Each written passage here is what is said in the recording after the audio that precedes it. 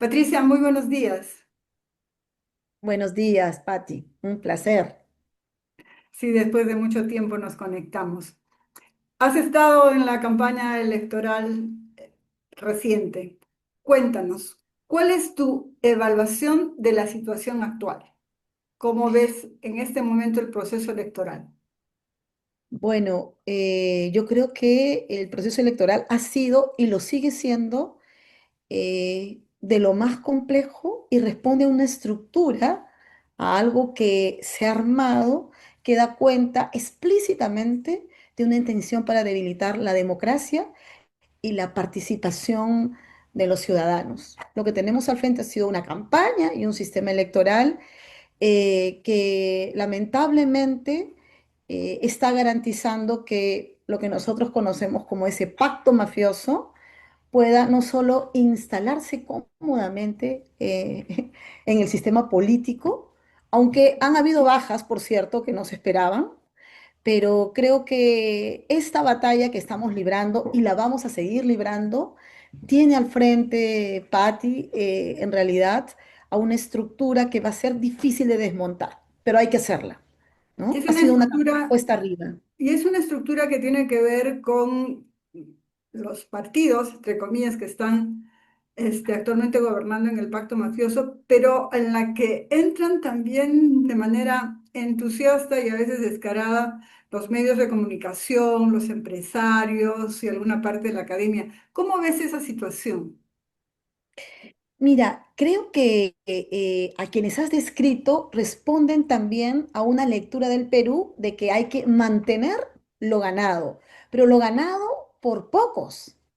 Porque creo que si uno mira y revisa lo que significa también hoy la situación del país, la situación en la que están en realidad millones de peruanos, da cuenta de una parte de un empresariado, parte de una academia y la mayor parte digamos, del sistema político también, ¿no?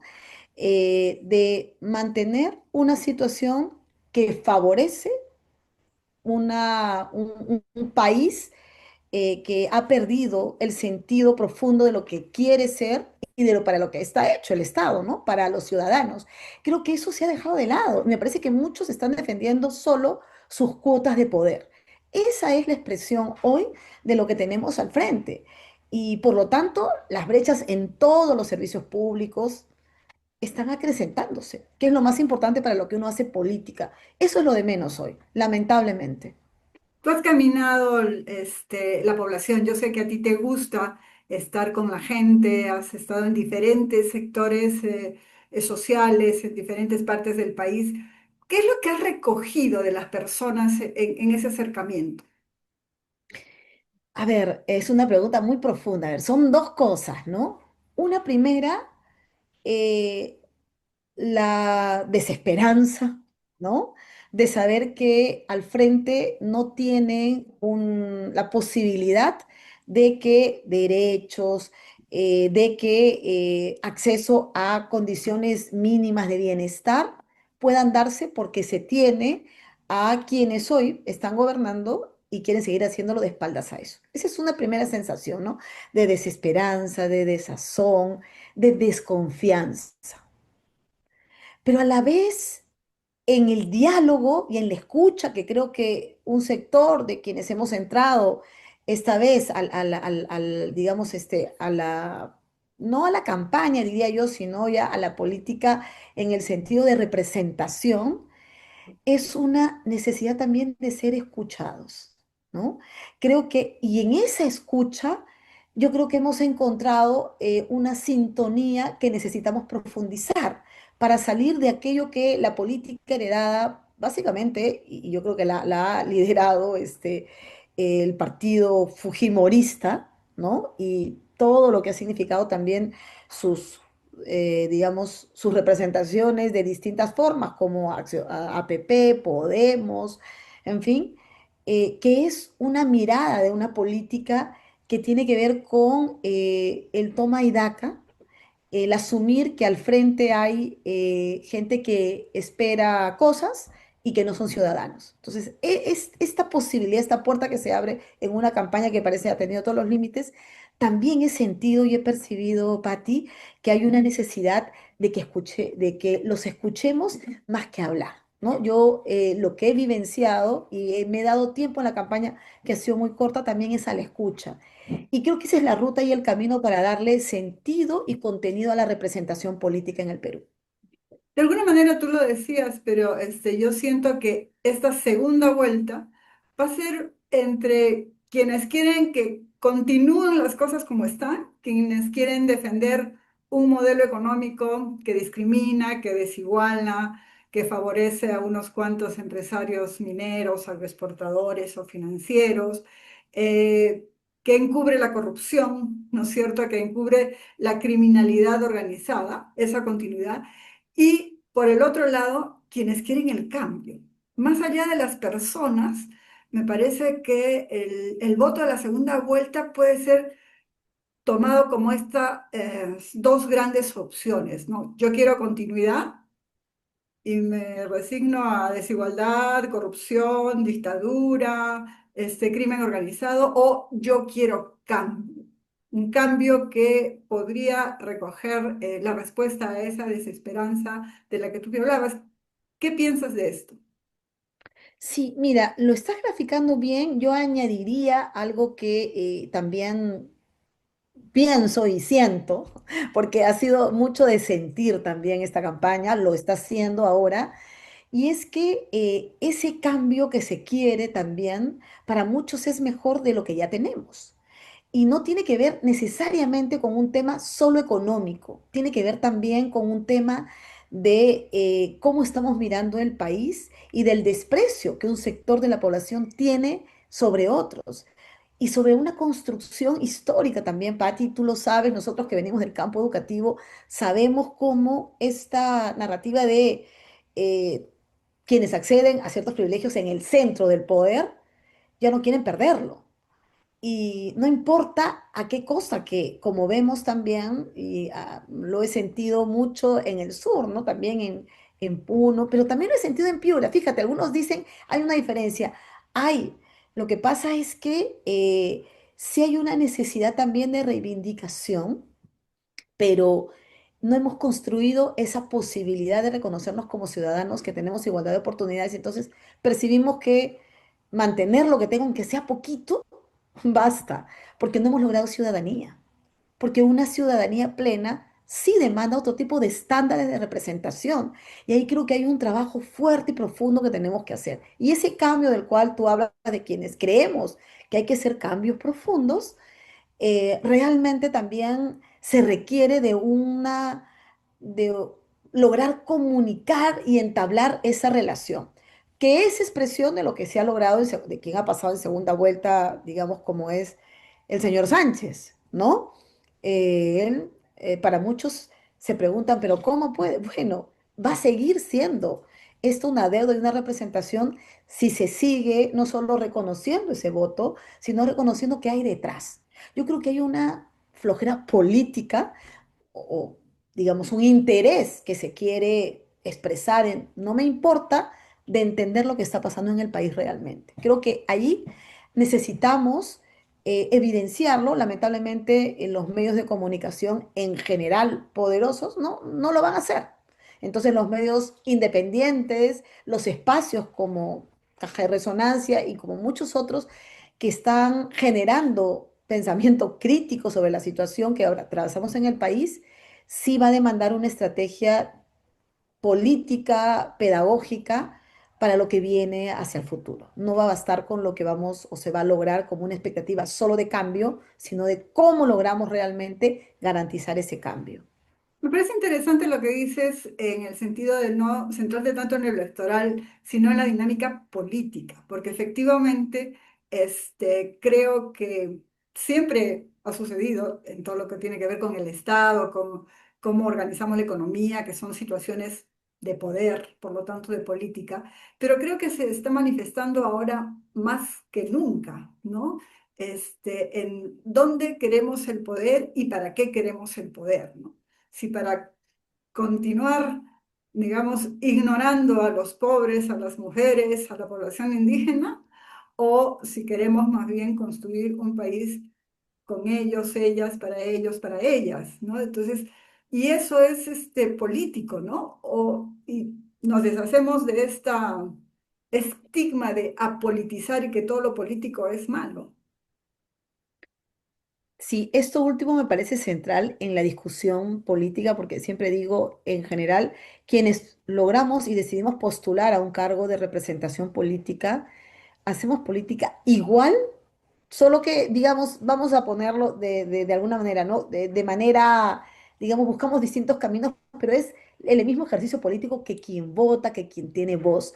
En un país, en una democracia, Patti, no puede ser posible que tengamos al frente, digamos, mineros, digamos, las grandes empresas mineras que han tenido incentivos como las grandes empresas agroexportadoras. Yo vengo de Ica y he recorrido todo el norte y la costa y no puede ser que se siga hablando de incentivos. Eso en ninguna democracia que se jacte de eso puede seguir creando leyes con nombre propio para beneficiar a quienes ya ganan.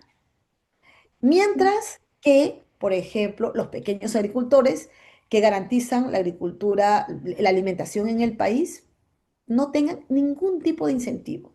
Entonces, si eso no logramos diferenciar, darnos cuenta que ahí nos estamos jugando también esto que tú has llamado las decisiones de poder para beneficiar entre comillas, a todos, ¿no? En realidad lo que está haciendo hoy los que defienden este sistema es decir, no, yo beneficio solo a los que considero mueven la economía, pero en realidad estamos equivocando la interpretación y el camino. Necesitamos politizar la discusión cada vez más en las escuelas, en las universidades, en los institutos, en las organizaciones sociales. Ha habido eso que tú estás llamando, existe esa despolitización, que para muchos también es los que, muchos digamos, por plantear estos temas, nos han puesto los títulos de rojo, nos han terruqueado, ¿no? Pero hay que hablarlo, sin miedo. Yo creo que en mi caso he llegado para, creo que cada vez más estoy convencida que esta acción política requiere de más personas que no tengan miedo a decir las cosas, Y asociar porque democracia con justicia social y asociar democracia con el de derechos de la gente a una vida digna y no solamente con, digamos, instituciones, ¿no? sí, porque las instituciones, si sirven para mantener lo que hoy tenemos, nos hemos acostumbrado a hablar de brechas, o sea, toda la academia analizamos siempre las brechas y que van creciendo. No estamos diciendo cuáles son las salidas y cuando empezamos a ver las salidas nos ¿Cuáles damos son cuenta que hay que y cambiarlas. las causas de las brechas? Exactamente. Y hay que hablar de eso. Y no se está hablando de eso, ¿no? Creo que es una academia en general, con excepciones, por supuesto, que da cuenta de brechas, de explica, pero no habla de las causas ni otras alternativas para salir de la receta que ya conocemos. Patti, en los resultados electorales creo que hay algunas sorpresas y una de esas son los resultados de Ahora Nación. Creo que en el país en general los analistas esperaban, digamos, una, un mejor resultado para Ahora Nación. ¿Cómo se ha evaluado esta situación dentro de Ahora Nación? O si prefieres, ¿cómo evalúas tú, digamos, los resultados para Ahora Nación que aparecía, digamos, con mucha expectativa desde el inicio de de la campaña? Sí, siempre uno tiene el balance, lo voy a hacer de manera personal, ya Alfonso también lo ha hecho de alguna manera, pero yo, mi mirada también tiene, digamos, estas dimensiones de analizarlo en perspectiva de lo que ocurrió desde fuera y desde lo que ocurrió desde dentro, como hay que hacer, digamos, un balance también de esta autocrítica, ¿no? Creo que desde fuera fue el partido más golpeado, apareció temprano en una campaña en la que muchos han cuidado aparecer al final también para no ser tan golpeados, pero digamos fue además el candidato yo creo que más atacado de manera sostenida, con muchos, digamos, por muchas posiciones que tomó también, ¿no? Entonces, eso lo hace mucho más vulnerable cuando también transparentas. en este modelo político electoral. Entonces, desde fuera, sí, se le achacó también lo que se suele achacar cuando alguien se define de izquierda democrática, ¿no? Que es el caso de Ahora Nación, por temas que yo creo había que ponerlos en la agenda, ¿no? Y por supuesto por una historia, que este es bien importante, nosotros que venimos de educación, para mí fue una oportunidad inclusive el hecho de que le dijeran que, digamos, había sido amigo de Polay, que había escrito, ¿no? Es una manera de introducir la historia de lo que ocurrió en el Perú para explicar la situación en que Perú vivía en los 80, en los 90, ¿no? Y creo que esa parte tuvo ahí a una prensa muy preocupada de etiquetar al candidato y al partido, sobre todo, como un candidato peligroso. Pero desde dentro también, mirando una lógica de una dinámica de un país también tan, tan diverso y con grandes desafíos, la parte comunicacional que, digamos, ha debido ser un acompañamiento mucho más cercano en comunidades distritales, que era, además es el bolsón que Ahora Nación quiere representar. Ahora Nación quiere Ese es un representar. tema que creo se puede y se debe seguir discutiendo. ¿A quién queremos representar, no es cierto? Y me da la impresión de que quienes quieren representar al pueblo, como entiendo que lo quiere hacer ahora Nación, no ha entendido muy bien la naturaleza de ese pueblo pobre, indígena, femenino, ¿no es cierto? Que de alguna manera fue representado el 21 por Castilla y ahora por un Sánchez con un aval del castillismo muy fuerte, ¿no? Y que se nota de alguna manera en los resultados electorales cuando tú ves eh, la cantidad de provincias, regiones que han votado por Juntos por el Perú están en el sur andino, en la Sierra Centro, en la Sierra Norte también, ¿no es cierto? Una parte del oriente, ¿no? Y una Keiko que no nos gusta, pero digamos el populismo es parte de su ADN, ¿no? Y entonces, ¿no te parece que hay una cuota de eso, de incomprensión todavía del pueblo que se quiere representar y que de alguna manera lo vivió ahora Nación? Mira, tu pregunta es, me gusta la pregunta porque además desafía también la manera, primero en cómo qué país se quería construir, cuál es la visión y luego cómo para construir eso, con quiénes y a quiénes ¿Con quieres quiénes y para representar. quiénes, no? Así es. Y esta idea de nación, Patti, a mí me parece central en el país que queremos, porque es una nación donde hay varias naciones, donde es un país diverso con distintas interpretaciones y percepciones también de lo que significa desarrollo, ¿no? eh, Progreso, de todo lo que significa también las expectativas. Pero también es una población que efectivamente tiene a la base algo que en el Perú, y ahí nace, ahora nació también eso, es el desprecio de un sector del país por el resto del país. No me gusta hablar resto, ¿ya? Pero por los otros, ¿no? Y ese desprecio no necesariamente es por un tema, digamos, de estatus social, es un desprecio en realidad cultural, que creo yo está muy afincado y que es una deuda pendiente en el país. Y es a partir de eso, en esa construcción de una relación efectivamente diversa, de cómo lograr construir, porque inicialmente, Pati, en realidad lo que ha tenido la nación fue el respaldo del sur, ¿no? Eso se volteó luego por una estrategia política, yo creo, de campaña. Pero creo que la nación tiene claro e intacto esa relación de a quién representa y lo ha expresado en su primer pronunciamiento luego de que ocurrieron los hechos. Aquí no ha habido fraude, aquí hay un tema de que se quiere desconocer que aunque es un voto que no favoreció a Ahora Nación, es que tenemos que respetarlo y defenderlo, claramente, porque lo tenemos que hacer porque creemos que es así. Es un país cuyo gran sector de la población es despreciado por otros y se construye y se afirma ese desprecio porque muchos dicen, Puno, es comunista. Le digo, pero tú no se moviliza, es un mercado diverso que está, representa esa, digamos, a ese país, pero que, digamos, que le empuje, que ha emprendido, que invierte, pero que culturalmente se siente ninguneado.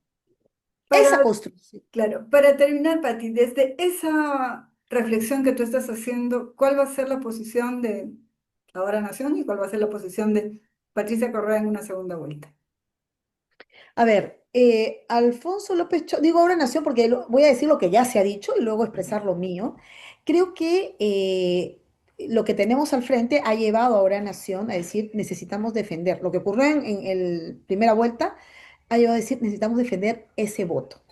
Ese voto que hoy se quiere desconocer y en segunda vuelta creo que va a ser mucho más agresivo ese desconocimiento. Ya lo hemos vivido antes y hay que defender el voto y es lo que ha dicho hasta ahora, ahora Nación, ¿no? Ujú, Al interior de una nación, por supuesto, yo creo que además que en general los partidos no es que endosan votos, la ciudadanía decide su voto, ¿no? Pero la nación tiene claro que al frente tenemos también, y lo he dicho claramente, el Partido Fujimorista es enemigo del sistema democrático en el que creemos nosotros. Entonces, sin duda, no va a haber allí un respaldo al Fujimorismo, ¿no? Lo otro está ahorita en ese proceso y lo que se ha dicho es, vamos a defender el voto. Patricia Correa, ¿qué piensa? Y gracias por la pregunta tan directa, ¿no? Yo creo que si miramos la estructura e iniciamos esta discusión que se ha ujú, construido, es una estructura, arquitectura que ha llevado a defender un sistema. Y no solo es el electoral, es lo político, lo económico, es todo. Estamos al frente de una disyuntiva, porque claramente yo no voté por el señor Sánchez, pero si la señora Keiko Fujimori sale elegida, se va a consumar no solo un autoritarismo, ¿no? Sino se va a consumar el sistema ya formalmente que tenemos hoy, a la señora gobernando de otra manera, sin ningún tipo de control, sin ningún tipo de equilibrio de poderes. O sea, se va a consumar esa dictadura con todo. Y eso, pero Patricia Correa no va a votar a favor de ello, ¿no? Yo allí lo tengo muy claro y creo que en un escenario en el que el señor Sánchez salga elegido presidente, puede haber un control mayor. Algunos dicen, bueno, se va a poder vacar, que es la práctica cuando la señora Keiko Fujimori pierde, lo ha hecho desde el 2016 en adelante, porque ha elegido presidentes, pero creo que ahí hay una fuerza ciudadana que creo que puede empezar también a tomar un protagonismo mayor. Y yo creo que ese es el gran desafío. Creo que allí entra hoy esa posición en el que la ciudadanía tiene que expresar claramente y por lo tanto va a ser una segunda vuelta. Algunos le han llamado plebiscito, ¿verdad? Yo no le llamo plebiscito. José Carlos Agüero lo ha llamado plebiscito, pero creo que sí estamos al frente nuevamente de no ponernos de lado, sino defender algo en el que creemos y que claramente la señora Keiko, si sale elegida, va a consumar eso que no queremos y que haría mucho daño a lo que nosotros vemos como un futuro para el país democrático, ¿no? muchas gracias, Patricia Correa, por estar en Caja de Resonancia. Gracias a ti, Patricia, encantada nuevamente de estar aquí.